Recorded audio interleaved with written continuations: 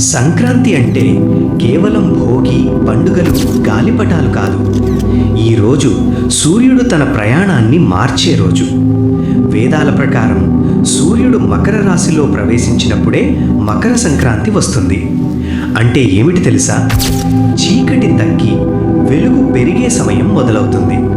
అందుకే వేదాలు చెబుతాయి, ఈరోజు కొత్త శక్తి, కొత్త ఆశ మొదలయ్యే రోజు.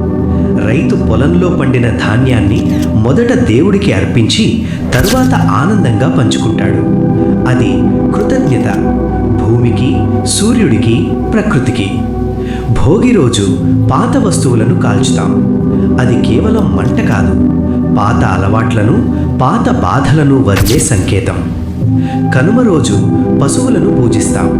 ఎందుకంటే వేదాల్లో గోవును తల్లిగా చూశారు.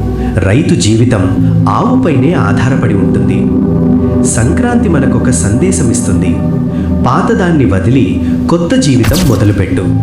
ఈ వీడియో మీకు నచ్చితే లైక్ చేయండి, మీ కుటుంబం, స్నేహితులతో షేర్ చేయండి. ఇలాంటి వేద రహస్యాల కోసం సబ్స్క్రైబ్ చేయండి.